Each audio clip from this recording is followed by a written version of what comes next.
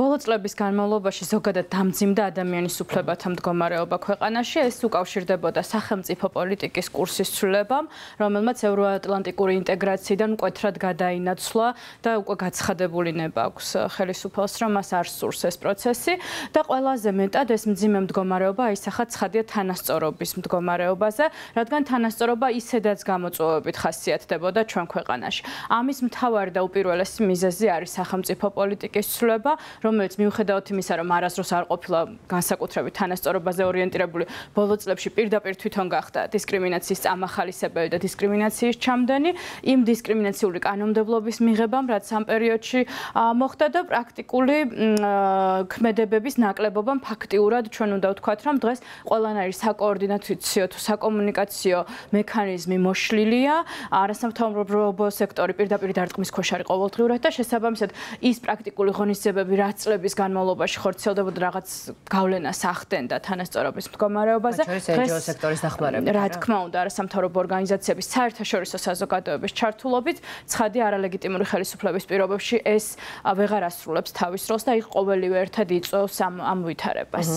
და რაც შეეხება კანონს ოჯახური ღირებულებებისა და არასრულწლოვანთა დაცვის შესახებ, რომელიც სხვა შორის საკმაოდ ნეგატიურად შეაფასეს როგორც ადგილობრივმა, ისე საერთაშორისო უფლებადამცველმა ორგანიზაციებმა.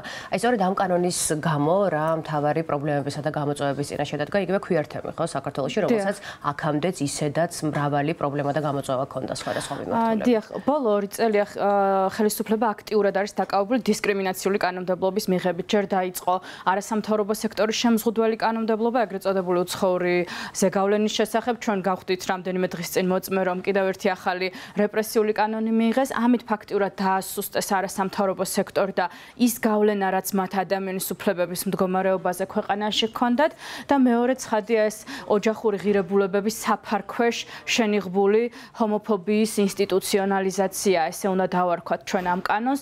მიუხედავად იმისა, რომ LGBTQI თემი ყოველთვის განიცდიდა დისკრიმინაციას ჩვენ ქვეყანაში და მათ შორის მათი საკითხები არასდროს არ იყო სახელმწიფო პოლიტიკის ნაწილი სრულყოფილად, ჩვენ დღეს ვნახეთ ის, რომ მათი სიცოცხლის და ჯანმრთელობის უფლებაც კი საფრთხის ქვეშ დადგა. აქ არ არის საუბარი მხოლოდ შეკრებაზე, აქ არ არის საუბარი მხოლოდ გამოხატვაზე, აქ არის საუბარი სიცოცხლის და ჯანმრთელობაზე, მაშინ, როდესაც ჯანდაცვის სერვისებზე ხელმისაწვდომობა ექიმებისთვის, სამედიცინო პერსონალისთვის სისხლის სამართლებრივ პასუხისმგებლობას გაუტოლდა და ცხადია თვითცენზურის თუ ამ კანონმდებლობის ცენზურის პირობებში თემს აღარ მიუწვდება ხელი ჯანდაცვის მნიშვნელოვან სერვისებზე, ხო? ისევე როგორც განათლების სფეროში საერთოდ შეიზღუდა ამ თემაზე საუბარი და ჩვენ რაღაც წლების შემდეგ მივიღებთ ალბათ იურისტებს, ექიმებს, სხვა პროფესიის წარმომადგენლებს, რომელსაც არანაირი ცოდნა არ ექნებათ ამ თემებთან დაკავშირებით, იმიტომ რომ აკადემიური პერსონალისთვის ამ თემაზე საუბარი უდრის ადმინისტრაციულ ჯარიმას და განმეორებით შემთხვევაში შეიძლება სისხლის სამართლებრივი პასუხისმგებლობაც დაეკისროს.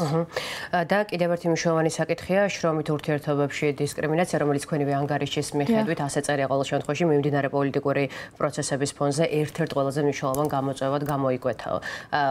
აი თუ შეიძლება ამაზე უფრო მეტი გითხარით ანგარიში რას გვეუბნება იმაზე, თუ რამდენად გავრცელებულია ეს პრაქტიკა დღეს, ანუ პოლიტიკური ნიშნით ადამიანების სამსახურებიდან გათავისუფლება. მიუხედავად იმისა, რომ შრომის ურთიერთობაში ყოველთვის საუბრობდით ჩვენ სისტემურ გამოწვევებზე და მათ შორის კერძო სექტორთან მუშაობის აუცილებლობაზე, რომ ანტიდისკრიმინაციული პრინციპები კარგად დამკვიდრებული იყო, მათ შორის სექსუალური შევიწროების პრევენციისთვის, სამსახურში მიღებისას დისკრიმინაციის თუ სხვა ფორმის დისკრიმინაციებისთვის, ჩვენ ვნახეთ, რომ ხშირად შრომის უფლების წინააღმდეგ ასე ვთქვათ გალაშქრება გამოიყენება როგორც პოლიტიკური ბრძოლის იარაღი და არაერთი საჯარო მოხელე, მათ შორის მათი გამოხატული მოსაზრების, განცხადებაზე შეერთების, აქციებზე სიარულის გამო დიახ გაათავისუფლეს სამსახურიდან და ანგარიში მიმოიხილავს რამდენიმე შემთხვევას, მათ შორის გიგა სოფრომაძე, რომელიც შეზღუდული შესაძლებლობის მქონე პირია და თბილისის მერიიდან გაათავისუფლეს და არაერთი ადამიანი, რომელიც განსაკუთრებით მნიშვნელოვან როლს ასრულებდა თავის სფეროში და თავის უწყებაში და ამის ერთადერთი მიზეზი გახდა მათი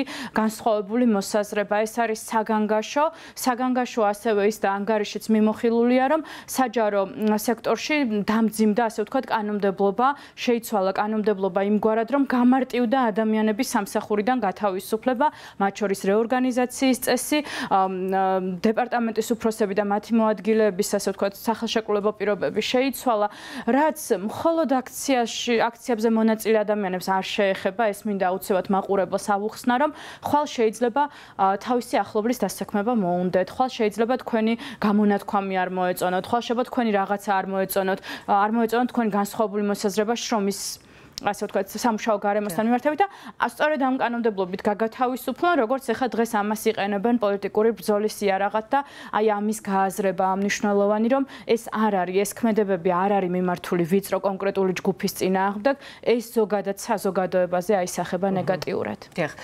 და რაც შეეხება შეზღუდული შესაძლებლობის მქონე ბავშვებს და მათ უფლებრივ მდგომარეობას საქართველოში, ეს თემაც საკმაოდ სიღრმისეულადაა მიმოხილული ანგარიში. აი, რა იცვლება ამ თვალსაზრისით წლების განმავლობაში და რა რჩება დღემდე უცვლელი, რა არის მთავარი პრობლემები და გამოწვევები ამ თვალსაზრისით? აქ მთავარი რაც უნდა ვთქვათ არის ის, რომ შექმნილმა პოლიტიკურმა კრიზისმა გამოიწვია ის, რომ ის რაც კეთდებოდა, ისიც გაჩერდა, ხო? ის რაღაცა სამუშაო პლატფორმებით, რაღაცა ცვლილებები, სტრატეგიული ხედვები, რაშიც ასე ვთქვათ, ჩართულები იყვნენ ადამიანები, ესეც კი გაჩერდა, მიუხედავად იმისა, რომ ძალიან ბევრი გამოწვევა იყო წლების განმავლობაში ამ მიმართულებით.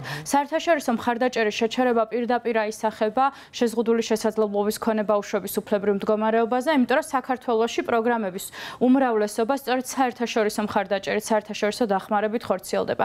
ხორციელდება იმ არასამთავრობო ორგანიზაციების მიმართ, რომელსაც დღეს აგენტს უძახიან, რომლის მიმართაც ახლა ახალი კანონმდებლობის მიხედვით უფრო მეტად დამძიმდა და მათ შორის სისხლის სამართლებრივი პასუხისგებლობაც კი შეიძლება დაეკისროთ, თუ ისინი ეგრეთ წოდებულ რეესტრში არ დარეგისტრირდებიან და აი ამ ყველაფრით, ამ პოლიტიკური კრიზისის ფონზე ფაქტიურად როგორც პროგრესი დაიკარგა, რაც აქამდე იყო მიღწეული, ასევე ახალი არაფერი არ ხდება. გაუარესდა ბევრად უფრო მეტად თემის უფლებრივი მდგომარეობა და აქ ძალიან მნიშვნელოვანია ვისაუბროთ იმაზე, რომ აუცილებელი სერვისები, რაც შეზღუდული შესაძლებლობის მქონე პირებს და ბავშვებს ჭირდებათ, სახელმწიფოს არასდროს არ ქონდა რესურსი და ვერც ჩვენ დღეს ვერ ვხედავთ იმას, რომ სრულყოფილად უზრუნველყოს, დაფაროს, მათ შორის გეოგრაფიული მისაწვდომობა უზრუნველყოს და ჩვენ იმასაც ვხედავთ, რომ დღემდე მოძველებული რაღაც საბჭოთა გადმონაშთი სტატუსი გვაქვს შეზღუდული შესაძლებლობის მქონე პირის, რომელიც მიბმულია სამედიცინო დიაგნოზთან და თანამედროვე საერთაშორისო მიდგომა მოითხოვს იმას, რომ ჩემი სამედიცინო დიაგნოზი კი არ გახდეს ჩემი სტატუსის საფუძველი და ან მხარდაჭერის დახმარების, გახდეს ჩემი სოციალური საჭიროებები, ხო? ანუ რა შემოსავალი მაქვს, რა მჭირდება და ასე შემდეგ და ესეც ცხადია, სადღაც ესე შუაში არის გაჩერებული საპილოტო რეჟიმში და ამ ხრივაც ვერ ხედავთ ჩვენ ცვლილებებს. და ძალიან მოკლედ ქალთა პოლიტიკურ მონაწილეობაზეც აუცილებლად უნდა გავაკეთოთ აქცენტი, იმიტომ რომ ამასაც ეძღვნება ერთი ცალკე თავი თქვენ ვერ გამოქვეყნებულ ანგარიში. როგორია მთავარი მიგნებები ამ კუთხით? ხო, აქ ძალიან მნიშვნელოვანია ის, რომ საერთაშორისო ორგანიზაციებიც, მათ შორის EUTHODIR პირდაპირ საუბრობს გაკვირვებით იმაზე, რომ სახელმწიფომ ისე გააუქმა კოტირების მექანიზმი, რომ არც ალტერნატივა შემოგთავაზა, ანუ რას აპირებს ის საპირწონე და ამისა და არც იმის დასაბუთება არ წარმოადგინა, რატომ აუქმებს. ხო, მხოლოდ ის განცხადება, რომ ახლა ჩვენ თანასწორობას მივაღწიეთ, ეს არც ციფრებში ჩანს და არც პრაქტიკაში, ხო, რომ შევხედოთ ქალთა მონაწილეობის მაჩვენებელს და ეს პირდაპირ თავდასხმა იმაზე, რომ ის რაღაც პროგრესი, რაც კოტირების მექანიზმი ჩვენ შევძელით რომ მიგვეღწია, ფაქტიურად გაუქმდება.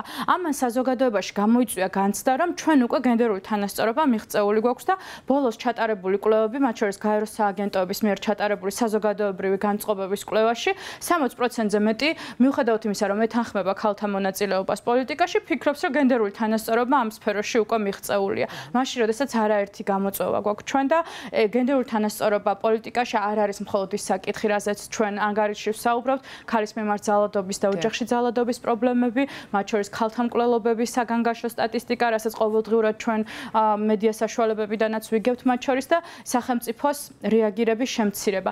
ჩვენ ეს პოლიტიკური კრიზისი, რაც დღეს გვაქვს, დღეშება ვერ ვხედავდეთ ამ შემთხვევებში აი შემოპირებთან, ქალებთან, ბავშვებთან მიმართებით, მაგრამ წლების შემდეგ აუცილებლად დავინახავთ, თუ ამან როგორი დიდი ნეგატიური გავლენა მოახდინა საზოგადოებაზე, მათ შორის დაკარგა ნდობა სახელმწიფო ინსტიტუტების და სამართალდამცავი ორგანოების მიმართ. დიახ, საკმაოდ მძიმე სურათი აღწერეთ ეკა და საინტერესო რაში ხედავთ გამოსავალს. მე გადავავლე თვალი ანგარიშს და ბოლოს იყო მოცემული გარკვეული რეკომენდაციები და თუ შეიძლება ეს რეკომენდაცია და პაკეტით ჩვენც რომ გაგვიზიაროთ და ჩვენს მაყურებელს. ეს იყო ყველაზე რთული, რომ დაგვეწერა რეკომენდაციები ამ ანგარიშისთვის იმ არაორდინალური ვითარებიდან გამომდინარე, რომელშიც ჩვენი ქვეყანა დღეს იმყოფება, ხო? ანუ ჩვენი სახელმწიფო გასულია სამართლებრივი რეჟიმიდან, ჩვენ ყავს არალეგიტიმური ხელისუფლება, რომელსაც რა ვიცი რუსეთთან დაკავშირებული რამდენიმე ქვეყანა აღიარებს მხოლოდ და რამდენიმე უწყება ქვეყნის შიგნით. თუმცა მთავარი რეკომენდაცია არის ის, რომ გაუქმდეს დისკრიმინაციული კანონმდებლობა, რამდენად მიღწევადია ეს ნამდვილად ძალიან რთული ამაზე ვიმსჯელოთ. ახალი არჩევნები და შესაბამისად ხელისუფლების ლეგიტიმაცია, მათ შორის საერთაშორისო და ადგილობრივი დამკვირვებლობის მონაწილეობით, რომ შემდეგ უკვე შეფასდეს ამ პროცესებმა რა გავლენა იქონია მოწყვლად ჯგუფებზე, იმ ჯგუფებზე, რომლებიც დისკრიმინაციას განიცდიან, რომ გრძელვადი ამ პერსპექტივაში ჩვენ შეგვეძლოს მათი მხარდაჭერა. შეიძლება ჩვენ ახლა რაღაც გზეგავლენას ამ წუთას დღეს ვერ ვხედავთ, მაგრამ დავინახავთ აუცილებლად სამომავლოდ და ეს არის ძალიან მნიშვნელოვანი, რომ ეს ყველაფერი შეფასდეს და ამას მიეცეს სათანადო რეაგირება და ცხადია არასამთავრობო ორგანიზაციების და მედია საშუალებების მხარდაჭერა, იმიტომ რომ სწორედ თქვენი გავლით ხდება თანასწორობის საკითხებზე საზოგადოების ცნობიერების ამაღლება მათ შორის და ეხლა თუ მედია და არასამთავრობო სექტორი ასეთი სტრესის და რეპრესიების ქვეშ იქნება, ცხადია აღარ დარჩება სივრცე თანასწორობაზე სასაუბროთ და ამიტომ ალბათ ყველაზე მნიშვნელოვანია, რომ ეს რეპრესიული მექანიზმები შესუსტდეს მედიის და არასამთავრობო სექტორის მიმართ.